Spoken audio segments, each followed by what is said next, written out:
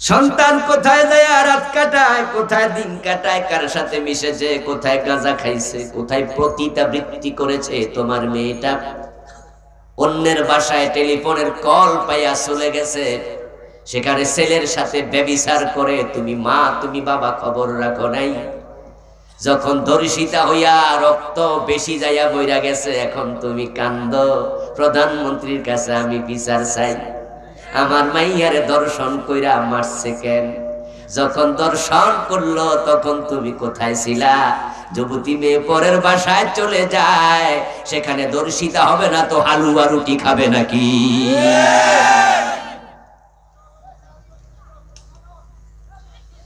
এখন দিহানের শুধু দোষ, ছেলের দোষ। ছেলেরে ফাঁসি দাও, ছেলেরে জেল দাও।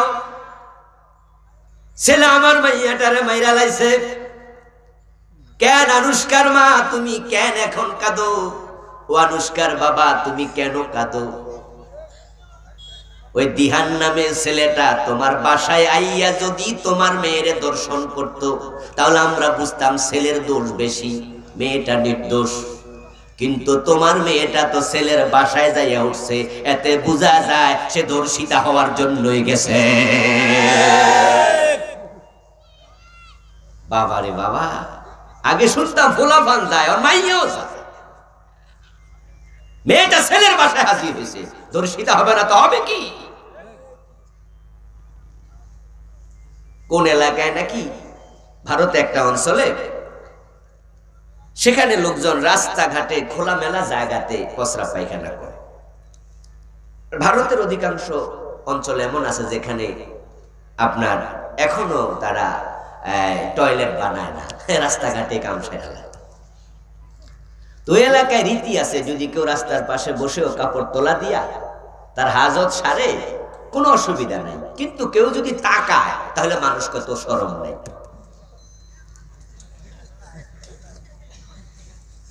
কথা কি বুঝলেন? যে রাস্তার পাশে খাড়াইয়া বইয়া কাম সারতাছে কাপড় তোলা দিয়া, কোনো অসুবিধা নেই।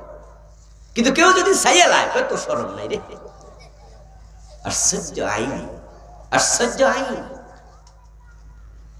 ঠোঁটে লিপস্টিক লাগায়া চেহারার মাঝে বিউটি পার্লারের সাজগোজ সব নিয়া, তারপরে বুকের কাপড়টা ফালাইয়া, আল্লাহ তোমার বুকে যে সৌন্দর্য দিছে এটারে জোড়া তালি দিয়া আরো বাড়াইয়া তারপরে রাস্তায় হাঁটো। যুবক যদি তাকায়, তুই শরম নাই, তাকাইলি কেন? আশ্চর্য, তাই তুমি দেখাইলা কেন?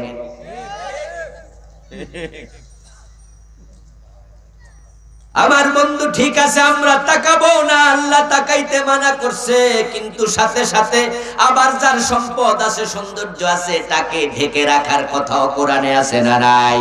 আল্লাহ তোমারও কইছে ঢাইকা রাখতে। মেয়েটা কেমন বানাইছো যে আরেকজন মোবাইল করছে, আমার বাসা ফাঁকা আছে, আমার বাসায় দৌড় মাইরা চইলায়। ওই মেয়েটা 18-17 বছরের যুবতী নারী পরের বাসায় যাইয়া হাজির। পত্র পত্রিকায় যা পড়লাম, যা দেখলাম, মেসেজ নিউজে যা পাইলাম, মেয়েটা সাধারণ ধর্ষণে মরে নাই, জঘন্য কিছু করা হয়েছে। এতে বোঝা যায় মেয়েটার সাথে দিহানের এই জাতীয় নিকৃষ্ট সম্পর্ক, এটা আজকে নতুন নয়, এই সম্পর্ক অনেক দিন আগ থেকেই চলছিল। যদি সেদিন তারা ব্যভিচার করে মেয়েটা সুন্দর করে ঘরে ফিরে আসতো, দিহানের মাও জানতো না, আনুষ্কার মাও জানতো না, দুনিয়ার কেউ জানতো না তারা যে ব্যভিচারী। এরকম হাজার হাজার আনুষ্কা, হাজার হাজার দিহান বাংলাদেশে আছে না না?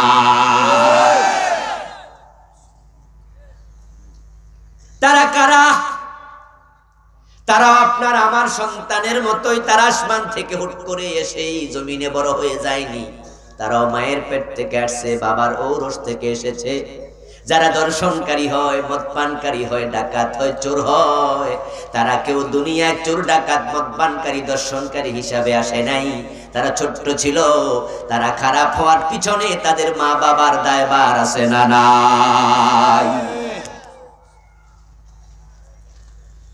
তোমার সন্তান, তোমার সম্পদ তোমার জন্য পরীক্ষা। হাসরের মাঠে মাথায় নূরের তাজ, সন্তানের উসিলা আল্লাহ দেবে কত বাবা, সৌভাগ্যবান বাবা। আবুল কালাম আজাদের ওয়াজ শোনার জন্য বন্ধু তোমরা দৌড়াই আসছো। এই আবুল কালাম আজাদ নিজে নিজে কামেল পাশ করে মাওলানা হয় নাই, ওর বাবা ওরে ছোটকালে মাদ্রাসায় পাঠাইছে, লেখাপড়া করছে কিনা খবর নিছে, ঠিকঠাক না চললে ধমক মারছে, সোজা রাস্তায় চলতে বাধ্য করছে। ওই বাবা আশা করছে আমার ছেলে যদি মানুষ হয়, বড় আলেম হয়, আল্লাহর ওসিলা নূরের তাজ আমার মাথায় দেবে।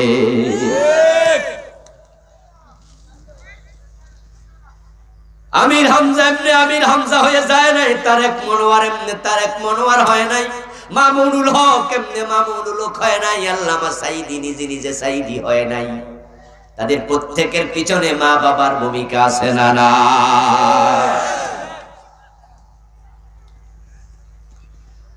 আমল করলাম আমি, কুরআন পড়লাম আমি, নূরের তাজ আমার বাবা কেন পাবে?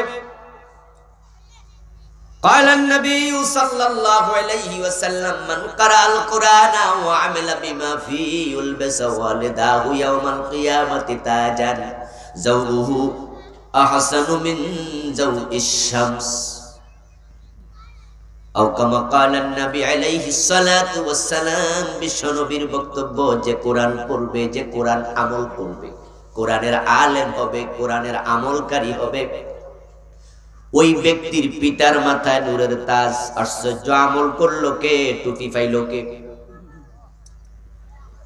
অথচ অন্য হাদিসে পাওয়া যায় মান কারা হারফাম মিনাল কুরআনি ফালাহু আশরু হাসানাত। যে ব্যক্তি কোরআনের একটি হরফ পড়বে তার আমলনামায় 10টা নেকি দেয়া হবে। তাহলে যে ব্যক্তি কোরআন পড়বে, কোরআন মানবে, নূরের তাজ তার মাথায় দেয়া হবে। এটা না ছিল যৌক্তিক কথা? চাকরি করছি আমি, বেতনও পাবো আমি, ঠিক না? বিয়া করছি আমি, বউ আপনি পাইবেন, এটা কেমন কথা হইলো? এটা যুক্তিতেই মিলে না। বিয়া করছেন আপনি, বউ পাবেন আপনি, চাকরি করছেন আপনি, বেতন পাবেন আপনি, আমল করছেন আপনি, জান্নাত পাবেন আপনি, আমল করছেন আপনি, নূরের তাজ পাবেন, এটা না যুক্তি? কিন্তু হাদিসে বলা হলো বাবার মাথায় নূরের তাজ, মানে কি? হাদিসটা কি ভুল? কথা বলেন না জোরে, হাদিস কি ভুল? না রে বন্ধু, বাবার মাথার নূরের তাজ এর কারণ আছে। বাবা পরীক্ষায় পাস করছে, সুবহানাল্লাহ। এই সন্তান তার কাছে পরীক্ষা ছিল, সে পাস করছে। বাবা পরীক্ষা পাস করার কারণে বাবার পুরস্কার দিছে। কিন্তু কিছু কিছু সন্তান হবে দুশ্মন, কারো কারো বউ হবে তার দুশ্মন। এ কথা কে বলতেছে? আল্লাহর নাম আস্তে করলে মজা লাগবে না, তো জোরে বলতে হবে। কে বলছে? এর চেয়ে মধুর নাম পৃথিবীতে আর নাই, আল্লাহ। আলা বিযিকরিল্লাহি তাতমাইন্নুল কুলুব। যখন কোনো কারণে কখন একটু ডিপ্রেশনে ভুগি, তখন দুটি কাজ করি। যখন একটু মানসিক একটু কোনো কারণে একটু টেনশন আছে, দুটা কাজ করি। একটা হলো দুরূদ ইব্রাহিম পড়ি, আর একটা হলো আল্লাহ আল্লাহ শব্দটা বেশি বেশি বলি। তখন মজা লাগে এবং দেখি অল্প সময়ের ব্যবধানে ডিপ্রেশনটা চলে যায়। আলা বিযিকরিল্লাহি তাতমাইন্নুল কুলুব। আল্লাহর নাম স্মরণ করলে কলবে প্রশান্তি আসবে। কে বলেছেন? আল্লাহ। ইতিকাদের সাথে আল্লাহর মতো এত সুন্দর নাম আর পৃথিবীতে নাই। এবং শব্দটা এমন বললে পুরাটা গাল মোটা হয়ে যায়, ভরে যায়। আল্লাহ, সুবহানাল্লাহ। কারো কারো সন্তান তার জন্য হবে দুশ্মন। এর মানে কি? এর মানে হলো হাসরের ময়দানে সন্তান যখন ধরা পড়ে যাবে, আমলনামার মাঝে শুধু কবিরা গুনাহ, এই আনুষ্কার মা ধরা খাইয়া যাবে। আনুষ্কা বড় হতবাগী, বড় হতবাগী নারী। জেনা ব্যভিচার করলে ঈমান যায় না, কবিরা গুনাহ হয়। কিন্তু জেনা অবস্থায় মারা গেলে ঈমানটা থাকে না। قال النبي صلى الله عليه وسلم লা ইয়াজনি জানি হিনা ইয়াজনি ওয়া হুয়া মুমিন। জেনাকারী জেনা করে না, যদি জেনা করা অবস্থায় মারা যায় তার ঈমানটা থাকে না। জেনা করা অবস্থায় কলবে ঈমান থাকে না। এই হাদিসের ব্যাখ্যায় পাওয়া যায় জেনা করা অবস্থায়, চুরি অবস্থায়, ডাকাতি অবস্থায় ঈমানহীন হয়। এর মানে তার কলব থেকে ঈমানটা বের হয়ে শূন্যে জ্বলতে থাকে। যদি সে জেনা থেকে বের হয়ে যায় ঈমানটা আবার ফিরে আসে। কিন্তু আনুষ্কার ঈমানটা তো ফিরে আসার সুযোগ নাই, সে তো জেনা অবস্থায় মরে গেছে। হাসরের ময়দানে জাতীয় আনুষ্কারা দাঁড়ায় যাবে মায়ের বিরুদ্ধে, বাবার বিরুদ্ধে মামলা নিয়া। ওই সালমান খান আত্মহত্যা করেছে সিনেমার নায়ক, দাঁড়ায় যাবে বাবার বিরুদ্ধে মায়ের বিরুদ্ধে মামলা নিয়া। যে সমস্ত মেয়েরা লাখ লাখ কবিরা গুনাহ, কোটি কোটি কবিরা গুনাহ নিয়ে মরছে, ছেলেরা মারা গেছে, আল্লাহ বলবে যা যা জাহান্নামে যা, খুজুহু ফাগুল্লুহু সুম্মাল জাহিমা সাল্লু। ও ফেরেশতারা তারে ধর, তারে হাতের মাঝে হাত কড়া পড়া, পায়ের মাঝে ডান্ডা বেরি পড়ায়া দে। সুম্মাল জাহিমা সাল্লুহু, তারপরে জাহান্নামের মাঝখানে ফেলে দে। তখন ওই ব্যক্তিকে আত্মপক্ষ সমর্থনের সুযোগ দেয়া হবে। কথা বলতে তুমি অনুমতি পাবে, কোনো কথা থাকলে বলো, তোমাকে এখনই জাহান্নামে ফেলে দেয়া হবে। ফাঁসির আসামিকে ফাঁসি দেওয়ার আগে বলা হয় তোমার শেষ কোনো কথা আছে নাকি, কোনো আশা আছে নাকি? ঠিক না, বলে না কিছু খাইবে নাকি? ফাঁসির আসামিদেরকে বলে তোমার শেষ আশাটা সম্ভব হলে আমরা পূরণ করতে চাই। যদি ফাঁসির আসামি বলে যে আমি এটা কাঁঠাল খেতে চাই, সরকারের লোকেরা টাকা খরচ করে হলো ব্যবস্থা করার চেষ্টা করে, যদি কোনো কাঁঠাল পাওয়া যায় কাউরান বাজার আইসা হইলো নিয়ে যাবে পুরান ঢাকায়, নিয়ে যাবে জেলখানায়। ঠিক আছে, খাও। আল্লাহ তাআলা তাকে সুযোগ দেবেন। তখন ওই নায়িকা, ওই গায়িকা, ওই নায়ক, গুনাহগার, জালেম বলবে আল্লাহ, ওই মদপানকারী ছেলেটা বলবে, আনুষ্কা বলবে আল্লাহ আমার এত কবিরা গুনাহ আমি একাই বুঝি দায়ী। যদি আমার মা আমারে কন্ট্রোলে রাখতো, বাবা বোরকা সিলাইয়া দিত, আমারে আমার বাবা নাসের স্কুলে ভর্তি না করত, আমি রাতের বেলা একার সাথে সময় কাটাইছি যদি একটু কন্ট্রোল করত, ধমকায়া সোজা পথে দিত, আমার ওই কওমি মাদ্রাসায় আলিয়া মাদ্রাসায় ভর্তি করত, আমার দোস্ত আর কামেল পাস করছে, এ কত বড় আলেম হয়েছে, কত ওয়াজ করে মানুষে হেদায়াতের পথে ডাকছে, আমিও তার মতো হতে পারতাম। কিন্তু বাবা তো আমার মাদ্রাসায় না দিয়া গানের স্কুলে দিছে, আমার একা দোষ কেন? বাবা ডারে ডাকো। আমি যে কটিয়াদি কলেজে গেছি, কটিয়াদি স্কুলে গেছি, আমি সুন্দরী যুবতী, আমি আমার বাবার সামনে তো গেছি, বাবা দেখছে, মা দেখছে, কেমনে সাইজা গুইজা গেছি। আমার বুকের সৌন্দর্য পরপুরুষ দেখেছে, চেহারার সৌন্দর্য পরপুরুষ দেখেছে। এমন ভাবে বোরকা গায়ে দেয়, বোরকাটা এত টাইট ফিট, দেহের কোন অঙ্গ কেমন বোরকার ভিতর থেকে স্পষ্ট হয়ে যায়, পিছন দিয়া বা রশি দিয়া মাজার সাইজ কত সেটাও দেখায়, এমন বোরকাওয়ালাও আছে না নাই? পাশে মহিলাদের প্যান্ডেল আছে, মা বোনেরা শোনো, আর আমল করার নিয়তে শোনো। তোমাকে বোরকা পড়তে কেন বলা হয়েছে? তোমার দেহের সৌন্দর্য যেন পরপুরুষ না দেখে। তোমার চেহারা কত সুন্দর, ঠোঁট কত সুন্দর, নাক কত সুন্দর, পরপুরুষ দেখবে না, চেহারাটা ঢেকে ফেলো। তোমার বুক আল্লাহ বড় সুন্দর করে বানাইছে, সৌন্দর্য আল্লাহ পুরুষকে দেয় নাই, নারীকে দিছে। তোমার বুকের সৌন্দর্য পরপুরুষ কেন দেখবে? তোমার মাজাটাকে আল্লাহ তাআলা পুরুষের তুলনায় সুন্দর করে বানাইছে, তুমি এটা ঢেকে রাখবে, বুক ঢেকে রাখবে, মাথা ঢেকে রাখবে, কিন্তু তুমি বোরকা গায়ে দিয়া পিছন দিয়া আবার রশি টানে, টানে না, পিছন দিয়া বোরকা রশি টানে বাঁধবে, সেলোয়ারও বাঁধবে, কি সালোয়ার না কামিজ? কামিজ, কামিজে বাঁধে। এখন পেছন দিয়া তাকালে দেখা যায় তার শরীরের ডিজাইন সাইজ, পর পুরুষ তাকায়া মজা নেয়। যতজন তাকাবে খারাপ নজরে তাদের একটা করে কবিরা গুনাহ হবে।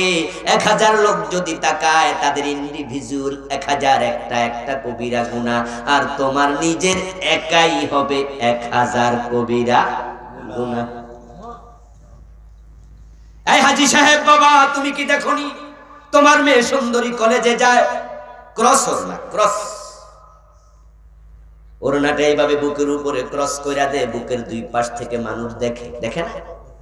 তোমার মেয়ে সুন্দরী লিপস্টিক লাগায় গেছে, তুমি কি দেখোনি মানুষ তার দিকে তাকাচ্ছে? তুমি কেন বোরকা সিলাইয়া দিলা না? মেয়ে বলবে আল্লাহ, আমার বাবা বোরকা সিলাইয়া যদি দিত এত কবিরা গুনাহ আমল নামায় আমার আসতো না। আমারে নাচ না শিখালে, গান না শিখালে আমি নায়িকা হতাম না। কত নির্লজ্জ বেহায়া বাবা, তার মেয়ে সিনেমায় অভিনয় করে। আচ্ছা, সিনেমায় যে অভিনয় করে মেয়েগুলার কি বাপ নাই, মা নাই, আত্মীয় বড় ভাই নাই? তো বাবার সামনে যে তার মাইয়ারে আর এক নায়কে কোলে লইয়া নাচে, এটা কি বাবা?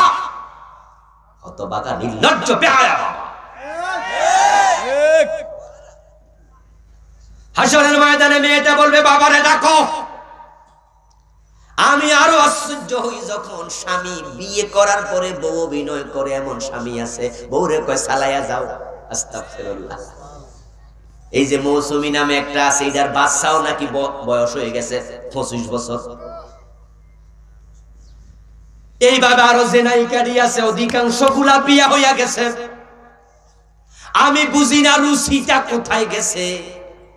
আমার বন্ধু ওই জাল্লা বলছে তোমাদের কারো কারো স্ত্রী দুশ্মন হবে, কারণ স্বামী হওয়ার পরে বউরে নায়িকা কয় ঠিক আছে চালাও অভিনয়। এখন সেই দেখে তার নিজের বউ আরেক বেড়া কোলে লইয়া নাচতাছে, ডলাডলি গাইতাছে, কান্তাছে, জড়াইয়া ধরতাছে, হে আবার হাত তালি দিয়া কয় দারুণ হইছে। আস্তাগফিরুল্লাহ। আমি বুঝি না রুচিটা কোথায় গেছে। আপনারা এখানে যারা বিবাহিত তারা বলুন তো, আপনার বউয়ের সাথে যদি পাশের দোকানদার মুস্কি মুস্কি হাসা হাসা কথা কয়, আম্মের বউ দূরে দাঁড়াইয়া দাঁড়াইয়া মুস্কি মুস্কি কথা কয় হাসি দিয়া, আপনি দেখকালান, মজা লাগবে? দুই একজন চুপ করে আছে, এরার মনে কিছু কিছু লাগবে নাকি? কথা বলুন, মজা লাগবে? খারাপ লাগবে না কষ্ট লাগবে? ভালো লাগবে? কেমন খারাপ? খুব খারাপ লাগবে। কি রে আমার বউর সাথে ওই সাধু দোকানদার কি এর কথা কয়, আবার হাসাহাসিও করে, খারাপ লাগবে কিনা? যদি আপনার স্ত্রীর সাথে পরপুরুষ একটু হাসি দিয়া কথা কইলে আপনার পার্সোনালিটিতে লাগে, ইগুতে লাগে, আপনার খারাপ লাগে। আর ওই বেডার বউ আরেক বেডা কোলে লইয়া নাচে, হে কয় দারুণ হইছে। আচ্ছা, এটা কি স্বামী না স্বামী? এগুলো এত পচা, এত পচা, এত পচা রুচি। আমি বুঝি না এগুলো মানুষ না গরু ছাগল। আমার মনে হচ্ছে আরো খারাপ, বালহুম আবাল।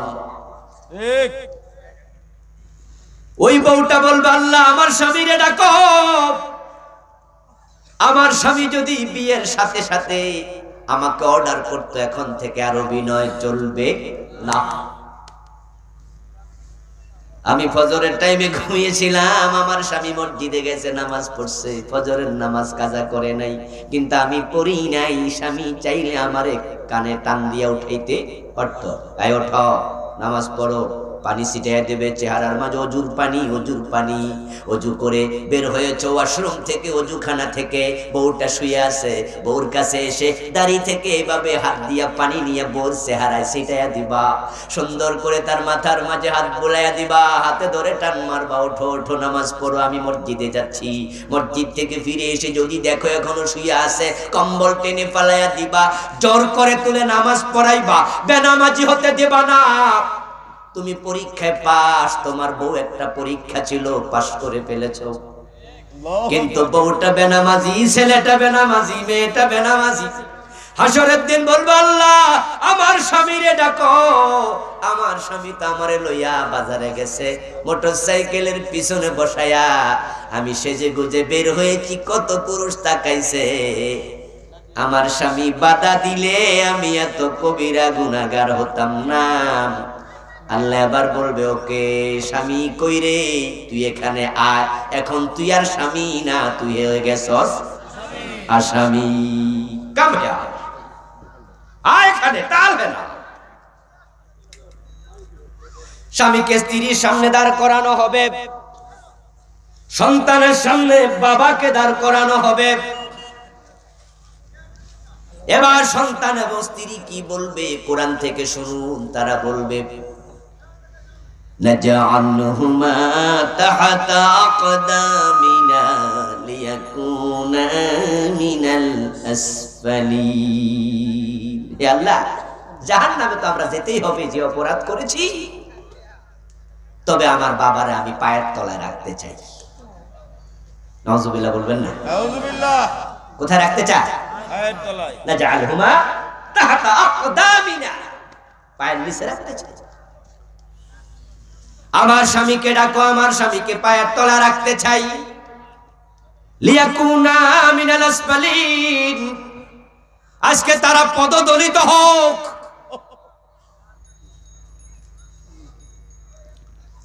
রাসূলুল্লাহ সাল্লাল্লাহু আলাইহি ওয়াসাল্লাম বলেন কুল্লু মাউলুদিন ইউলাদু আলাল ফিতরা, কোন সন্তান অপরাধী হয়ে আসে নাই, কোন মদখোর হয়ে জন্ম নেয় নাই। দুনিয়াতে মানব সন্তান যখন আগমন করেছিল তাদের কলবের মাঝে একটা গুনাহ, কথা কন না কিছু, একটা গুনাহ ছিল না। তাদের আমলনামা ছিল একবারে সাদা কাগজের মতো ধবধবে পরিষ্কার সাদা। قال النبي صلى الله عليه وسلم إذا أذنب المؤمن كانت نقطة سوداء في قلبه, এটা ছিল ধবধবে সাদা। যখনই সে একটা গুনাহ করেছে কলবের মাঝে একটা কালো দাগ পড়েছে। সে কিন্তু কালো দাগ নিয়ে আসে নাই, কোন হিন্দু হয়ে জন্ম নেয় নাই, কোন বৌদ্ধ হয়ে আসে নাই, কোন খ্রিস্টান হয়ে আসে নাই। ফাবুয়াহু ইউহাব্বিদানিহি, তার মা বাবা তার ইহুদি বানাইছে, আও ইউনাসসিরানিহি, নাসারা বানাইছে, আও ইউমাজ্জিসানিহি, তাকে অগ্নি পূজক মূর্তি পূজক বানাইছে। সে যখন জন্ম নিয়েছিল তখন সে ফিতরতের উপরে এসেছিল। কুল্লু মাউলুদিন ইউলাদু আলাল ফিতরা, এই ফিতরতের ব্যাখ্যা কয়েকটা আছে। এক নাম্বার ব্যাখ্যা হলো আল্লাহ তাআলা রূহের জগতে প্রশ্ন করেছিলেন আলাস্তু বিরাব্বিকুম, ক্বালু বালা, আমি কি তোমাদের রব নই? তখন সকল রূহ বলছিল হ্যাঁ আপনি রব, আমরা আপনার গোলাম। এই স্বীকৃতির নাম ফিতরা, এটা নিয়ে এসেছিল, আল্লাহকে স্বীকার করে এসেছিল আপনি রব। কিন্তু তার মা তাকে মূর্তি পূজক বানাইছে। মা যখন মূর্তির সামনে নম করেছে, সন্তানটাও তাই শিখেছে। আবার মা যদি কোরআন তেলাওয়াত করত, মা যদি নামাজি হতো, ওই ল্যাংটা সন্তান পাজামা পাঞ্জাবি পড়তে জানে না, ওই 2-3 বছর বয়স হয়ে মায়ের পাশে দাঁড়ায়া ল্যাংটা রুকু সেজদা শুরু করে দেয়। ঠিক না? মা যখন নামাজে খাড়া দেখবেন পিছিয়ে যাইয়া মার ছাইয়া এরকম করে প্রস্রাব করে, পায়জামা ভরায় পেন্সিল নষ্ট করেছে, মা পাজামাটা খুলে দিয়েছে, পরেরটা পরায় নাই, এখনো ল্যাংটাই আছে। এই অবস্থায় মা কয় একটু বয়, আমি নামাজটা পড়ে আসি, তোরে প্যান্ট পরাইয়া দেব। মা নামাজে খাড়ায়, ল্যাংটা নামাজ শুরু করে দেয়। মা যদি কোরআন তেলাওয়াত করে, কোলের মাঝে 3 মাস 5 মাস 6 মাস বয়সের বাচ্চাই দেখবেন মা কোলে নিয়ে কোরআন তেলাওয়াত করে, কোলে বসায়া বাচ্চাটা কোলে বসে বসে আল্লাহর কোরআন দেখতে শুরু করে। আবার মা যদি জি বাংলা স্টার জলসা দেখে, কোলে বসে বাচ্চাটাও নাটক সিনেমা দেখা শুরু করে। সন্তান পরীক্ষা, সম্পদ পরীক্ষা, শব্দ পরীক্ষায় ফেল করো না। আমার ভাইরা। আমার ভালো করে শুনুন, এই সন্তানগুলোকে আমরা নিজেরা ভালো মানুষ যদি করি তারা সম্পদ হবে, সম্পদ। দুনিয়াতে আপনার সন্তানের কারণে আপনার চক্ষু জুড়াবে, সুনাম হবে, অমুকের বাবা, ঠিক না? আখেরাতে নূরের তাজ মাথায় আসবে। এবার আপনি বলুন তো, যে লোকটাকে আল্লাহ তাআলা নূরের তাজ মাথায় দিয়া সম্মানিত করছে, তারে কি আল্লাহ জাহান্নামী বানাতে পারে?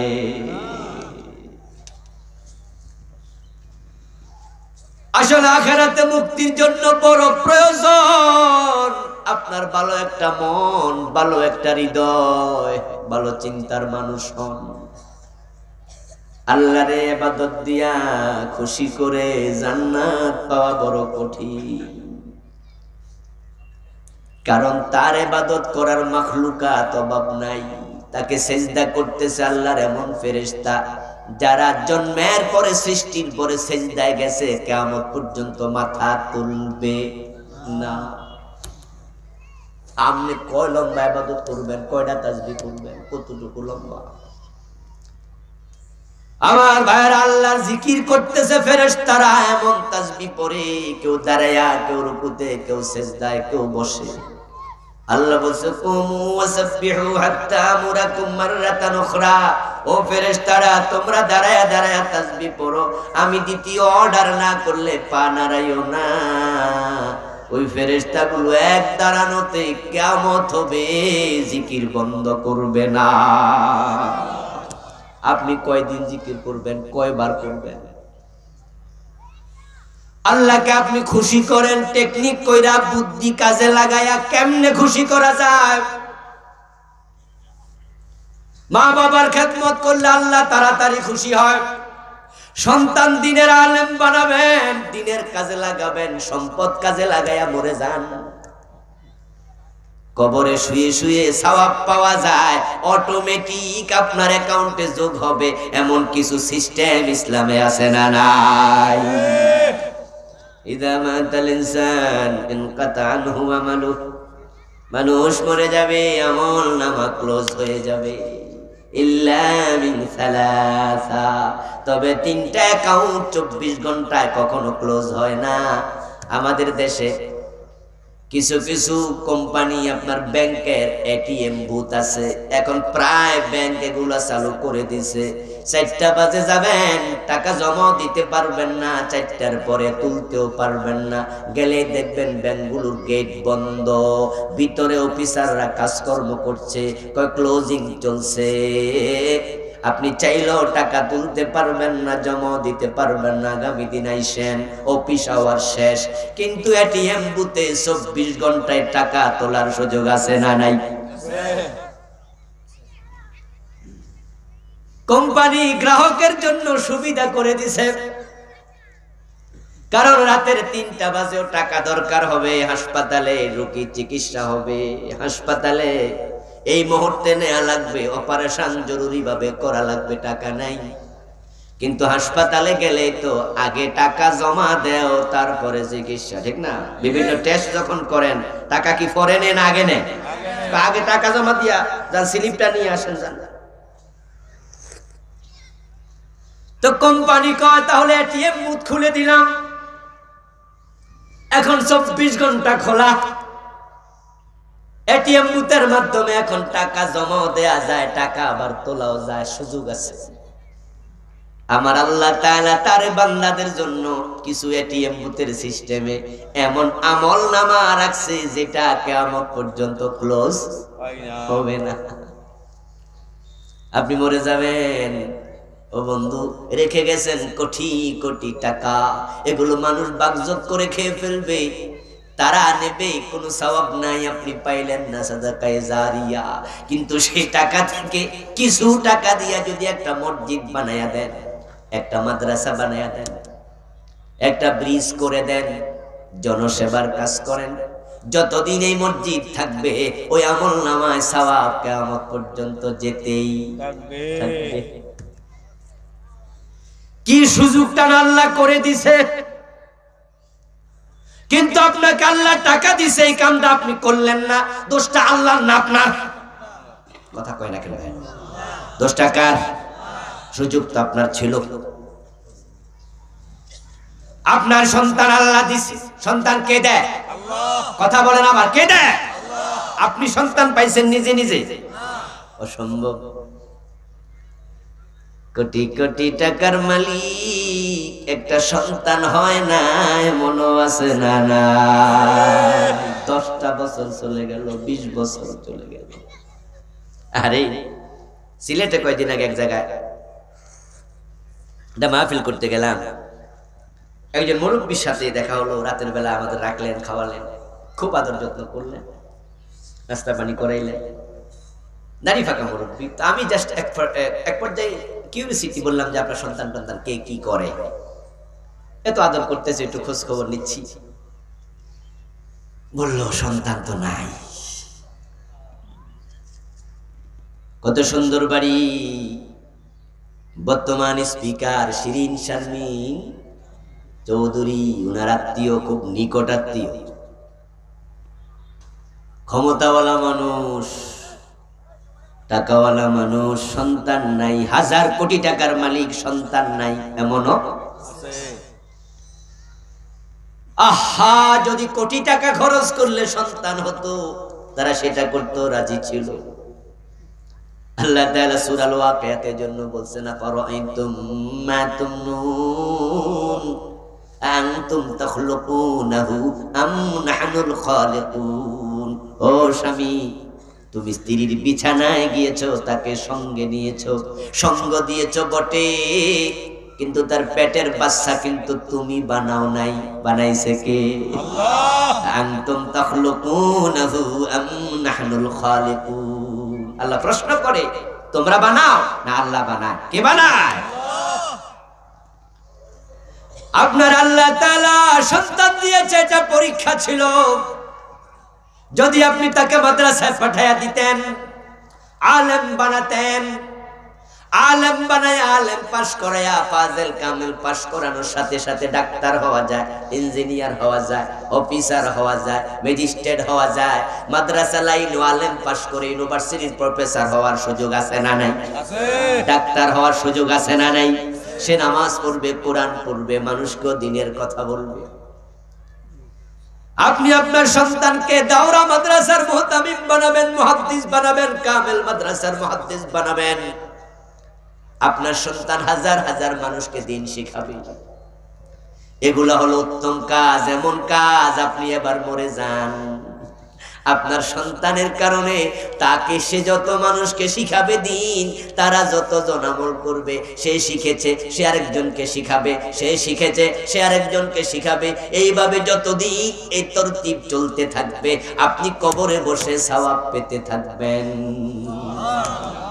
আল্লাহু আকবার। আপনার আল্লাহ সন্তান দিছে, এই ভালো কাজের সুযোগ আপনার আছে না নাই? কিন্তু আপনি কি করলেন? আপনি মুক্তবে দিলেন না, কিন্ডারগার্টেনে দিলেন, আপনি মাদ্রাসায় দিলেন না, কলেজে দিলেন। আপনি সন্তানকে কোরআন শিখান না, ইংরেজি শিখালেন। এখন আপনার সন্তান নিজেও নামাজ পড়ে না, তার পরিবারও বেনামাজি হবে। আপনার জানাজার নামাজে সে আসবে, হয়তো টুপিটাও থাকবে না, অন্যের থেকে হাওলাত নিয়ে টুপি মাথায় দেবে। আপনার জানাজার নামাজে সে দোয়া শিখবে, সে হুজুর জানাজাটা কেমনে পড়ে একটু শিখাই দেন তো। হুজুর বলবে 4 তাকবীরের সাথে এই ইমামের পিছনে ফরজে কিফায়া জানাজার নামাজ পড়ছি, এই হলো জানাজার নামাজের নিয়ম, এটা হলো সিস্টেম। জি হুজুর মাশাআল্লাহ শিখছি। Engineer, MA pass, BA pass, professor সাহেব, ব্যাংকার সাহেব, ব্যবসায়ী সাহেব এই মাত্র সিস্টেম শিখছে। এখন আল্লাহু আকবার বলে নামাজ শুরু। বলুন তো তাকবীর দেওয়ার পরে দোয়া আছে না নাই? আছে। তো এটা উনি কবে শিখবো? এই মাত্র তো নিয়ত শিখছে। এখন তো দোয়া আছে, তারপরে দুরুদ আছে, তারপরে আবার তৃতীয় তাকবীরের পরে লম্বা দোয়া, যেটা জানাজার যার জানাজা হচ্ছে, নামাজ হচ্ছে, যার জানাজার নামাজ হচ্ছে তার জন্য দোয়াটা মূলত তৃতীয় তাকবীরের পরে। আল্লাহুম্মা গফিরলি হাজ্জিনা ওয়া মাইয়িতিনা ওয়া শাহিদিনা ওয়া গায়িবিনা, আছে না? আছে। আল্লাহুম্মা গফির লাহু ওয়ারহামহু ওয়াফিহি ওয়াফু আনহু ওয়া আকরিম নুজুলাহু ওয়া ওয়াসি মুদখালাহু। আল্লাহুম্মা গসিলহু বিল মাই ওয়াস সালজি ওয়াল বার কামা ইউনাক্কা আস-সাওবুল আবয়াদু মিনাদ দানাস। আল্লাহুম্মা باعد بينه وبين خطاياه كما باعدت بين المشرق والمغرب. اللهم أبدله زوجا خيرا من زوجه وأهلا خيرا من أهله وولدا خيرا من ولده. اللهم نقه من الذنوب. اللهم ادخله الجنة. اللهم أجره من النار. বিশ্বনবী এই তাকবীর দেওয়ার পর অনেক দোয়া পড়তেন। এগুলাই হলো মাইয়িতের জন্য আসল দোয়া। কিন্তু যেই বেড়াই মাত্র নিয়ত শিখছে, এত বড় দোয়া শিখবো কোন দিন? সে তো তাকবীর দিয়া দাঁড়ায় আছে, কিছুই জানে না। তার মাধ্যমে তুমি পাইবা না কিছু। অথচ তারে যদি আলেম বানাইতা, তুমি তার দোয়াই শুধু পাইতা না, সাদাকায়ে জারিয়ার সওয়াব পাইতা। কিছু মানুষের চেহারা উজ্জ্বল হবে যারা পরীক্ষা পাস করছে, কাজে লাগছে। এখন আমরা যারা এখানে আছি, আমরা তো বাবা, আমরা তো দাদা, আমরা তো নানা, আমরা মা, আমরা খালা। আল্লাহ আমাদের কুল জুড়েও সন্তান দিয়েছেন। এখন কিছু ভালো সন্তান এই জমিনে দরকার আছে না নাই? কিন্তু ভালো মানুষের সংখ্যা দিন দিন কমে না বাড়ে? ভালো যদি কমে যায়, আলটিমেট খারাপ বেড়ে যাবে। এখন খারাপ যদি বেড়ে যায়, সাদাকায়ে জারিয়া যেমন আছে, গুনাহে জারিয়াও আছে। আমাদের দেশে আমরা সাদাকায়ে জারিয়ার আওয়াজ একটু বেশি শুনছি, গুনাহে জারিয়া যে আছে এটা আমরা অনেকে জানিও না। অথচ হাদিস আছে, মান সান্না ফিদ্দিন সুন্নাতান সাইয়্যাতান ফালাহু বিজরুহা ওয়া বিজরু মান আমিলা বিহা। মসজিদ বানায়া মরে যাও, সওয়াব যেতে থাকবে কিয়ামত পর্যন্ত। যতদিন মসজিদ থাকবে ততদিন পর্যন্ত। যদি সিনেমা হল বানায়া যাও, গুনাহ বুঝি যাইব না। মসজিদ রেখে যাও, সওয়াব পাইবা। সিনেমা হল বানায়া যাও, গুনাহ পাইবা। কাউকে ভালো ইলম শিখায়া গেছো, সওয়াব পাইবা। ছেলে ভালো হলে মাথায় নূরের তাজ হবে, পুরস্কার। ছেলে যদি খারাপ হয়, তোমার ছেলে গাঁজাখোর হয়েছে, মদখোর হয়েছে, তোমার ছেলে টেন্ডারবাজ হয়েছে, তোমার ছেলে অন্য মেয়েদেরকে ডিস্টার্ব করে ইফতেজার হয়েছে, তোমার ছেলে মানুষের জমি দখল করে সিটার হয়েছে, আছে না? মাস্তান আছে না? গর্দান মোটা। বাবা আবার মাঝে মাঝে খুশি হয়, আমার ছেলের মানুষ ডরায়। আবার প্রয়োজনে কটিয়াদি বাজারে পরিচয় দেবে, এই আমারে চিনস, আমি কিন্তু অমুকের বাবা। ছেলে পিস্তলবাজ, ছেলে মস্তান, ছেলে টেন্ডারবাজ হয়েছে, গাঁজাখোর হয়েছে, কত লম্বা লম্বা চুল, হাতের মাঝে বালা আছে, কানও আবার ছিদ্র আছে, কানে জিনিসও দিছে। এমন কিছু ছেলে আছে না নাই? ওগুলোর বুঝি বাবা নাই? বাবারা সব দেখে। তুমি মরে যাও, ছেলে যত আকাম করবে তোমার অ্যাকাউন্টে সেটাও জমা হতে থাকবে। এই জন্য ছেলেদের দুশ্মন বানানো যাবে না, বউকে দুশ্মন বানানো যাবে না। ফাহজারুহুম, তাদের ব্যাপারে সতর্ক হতে বলছেন কে? ভালো সন্তান কে না চায়? আসলে এই কথা বলো না, আওয়াজ কানে আসছে। কথা বলবা না, প্রজেক্টটা চলো। ভালো সন্তান কে না চায়? প্রত্যেকটা বাবাই চায় সন্তান ভালো হোক, কিন্তু ভালো যে হয় না, ভালো যে দিন দিন কমতেছে, খারাপ বেড়ে যাচ্ছে, এর কিছু কারণ আছে না নাই? সবকিছু আল্লাহর দোষ দিয়া বাঁচা যাইব? যে তাকদীর খারাপ, হ্যাঁ তাকদীর খারাপ, তাকদীর ওলার দোষ দিলা? এগুলো আমাদের নিমক হারামি। যখন A+ পায়, গোল্ডেন A+ পায়, তখন জিজ্ঞাসা করে, বাবা এত সুন্দর রেজাল্ট কেমনে হইল? তখন আমি 8 ঘন্টা লেখাপড়া করছি, 6 ঘন্টা করছি, হাতের লেখা সুন্দর ছিল, এই কাম ও কাম।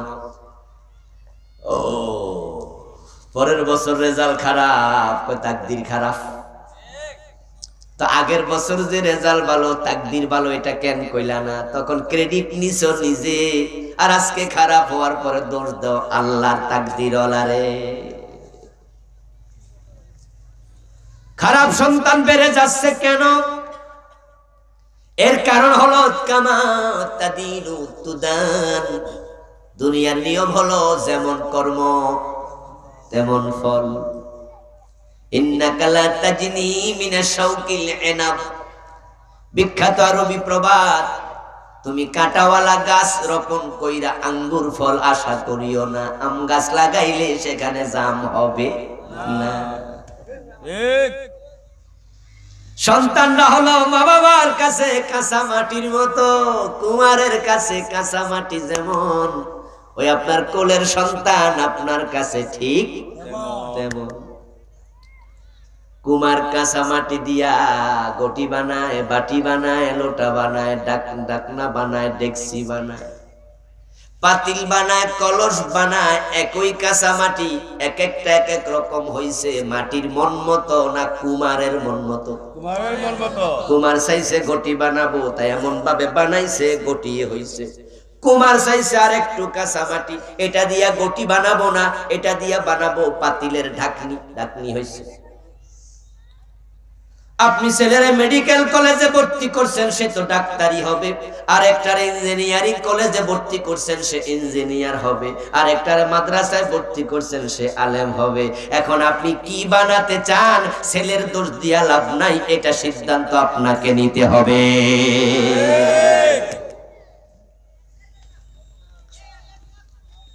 ভালো যে হয় না, দোষ আপনার, দোষ আপনার। ব্যতিক্রম আছে কিছু, হুজুর চেষ্টা করছি, হেফজখানায় পড়াইছি, মাদ্রাসায় পড়াইছি, পারি নাই, পোলাটা যায় না, বাইরে এলেও যায় না, এমন 2-1টা অভিযোগও আছে। এটা ব্যতিক্রম, আল্লাহ আপনারে ধরবে না। যেমন কেনান কাফের, এই জন্য নূহ নবীরে আল্লাহ ধরবে না। কারণ নূহ নবী কি চেষ্টা করে নাই? আওয়াজ করেন না, কথা বলেন না। চেষ্টা করছে কিনা? চেষ্টা কিন্তু করছে। যখন ছেলেটা ডুবে যায়, তখনও বলছি, ইয়া বুনাইয়া আরকাব মা'ানা, ডুবিস না, নৌকায় ওঠ, নৌকায় ওঠ। যখন কানান ডুবে যায়, তখনও বলছে, ডুবিস না, নৌকায় ওঠ। কানান জানে সে নৌকায় উঠলে কালেমা পড়া ওঠা লাগবো, তাই এতে রাজি না। ওই নৌকার টিকেটের নাম লা ইলাহা ইল্লাল্লাহ। এই কালেমাটা পরে টিকেট কাইটা নৌকায় ওঠো। ও আমার কলিজার টুকরা ছেলে, ইয়া বুনাইয়া, ইবনি বলে নাই। ইবনুন মানি ছেলে, বুনাইয়া মানি আদরের ছেলে। কত মোহাব্বতের ডাক দিছে, ও আদরের ছেলে কেনান ওঠ, ওঠ তাড়াতাড়ি আয়। কেনান দূরে দাঁড়ায়া কয়, না না, আমি তোমার সাথে নাই। সাআবি ইলা জাবালিন ইয়াসিমুনি মিনাল মা। যে পানি চারদিক থেকে আসতেছে, ও নূহ নবী বাবা আমার, তুমি ভাবছো আমি ডুবে যাব, তোমার সাথে নাই, আমি ওই পাহাড়ের চূড়ায় উঠব। ইয়াসিমুনি মিনাল মা, পাহাড় উঠে গেলে তো আর পানি আমারে খুঁজেই পাইবে। নূহ নবী কয়, আজকে পাহাড়ও বাঁচাইতে পারবে না, লা আসিমাল ইয়াউম, পাহাড়ও ডুবে যাবে। এ কয়, পাগলামি করো, জীবনে পাহাড় ডুবছে কোনদিন? নূহ আলাইহিস সালাম বলেছে, পাহাড় আজকে ডুববে, আজকে বাঁচতে পারবি না, ওঠ তাড়াতাড়ি ওঠ। চেষ্টা করছে কিনা? কথা কয় না, 2-4 জন কথা কয়, বাকিরা বলেন না কেন? চেষ্টা করছে কিনা? আপনিও করেন, চেষ্টা করতে থাকেন। কিন্তু আপনি উল্টা পাল্টা জায়গায় দেবেন, তারপরে আবার বলবেন, হুজুর মানুষ হয় না, আমার কি দোষ, এসব চলবে না।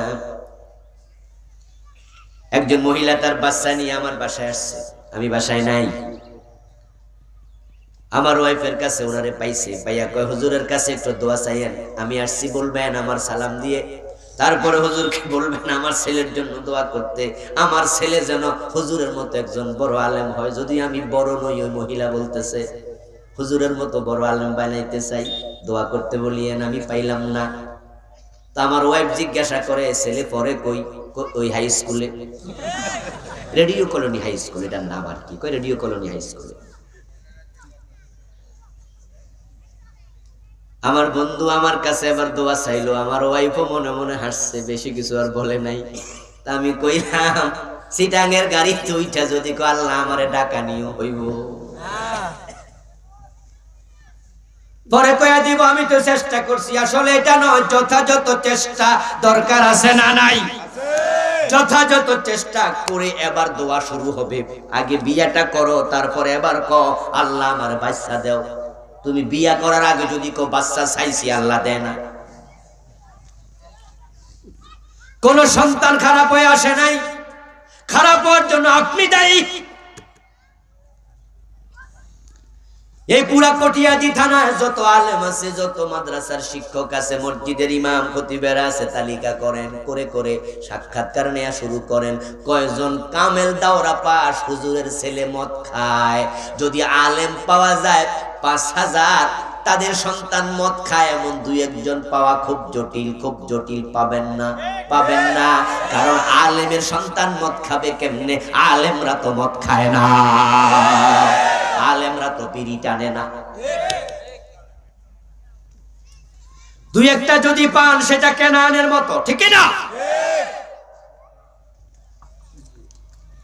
এরপরে আবার কেউ কেউ বলবেন হুজুর অমুক তো কোনো চেষ্টা মেষ্টা করে নাই, বাপে নাই, হইছেই বাপ ছাড়া, মানে মায়ের পেটে থাকতে বাপ মরে গেছে, আছে না?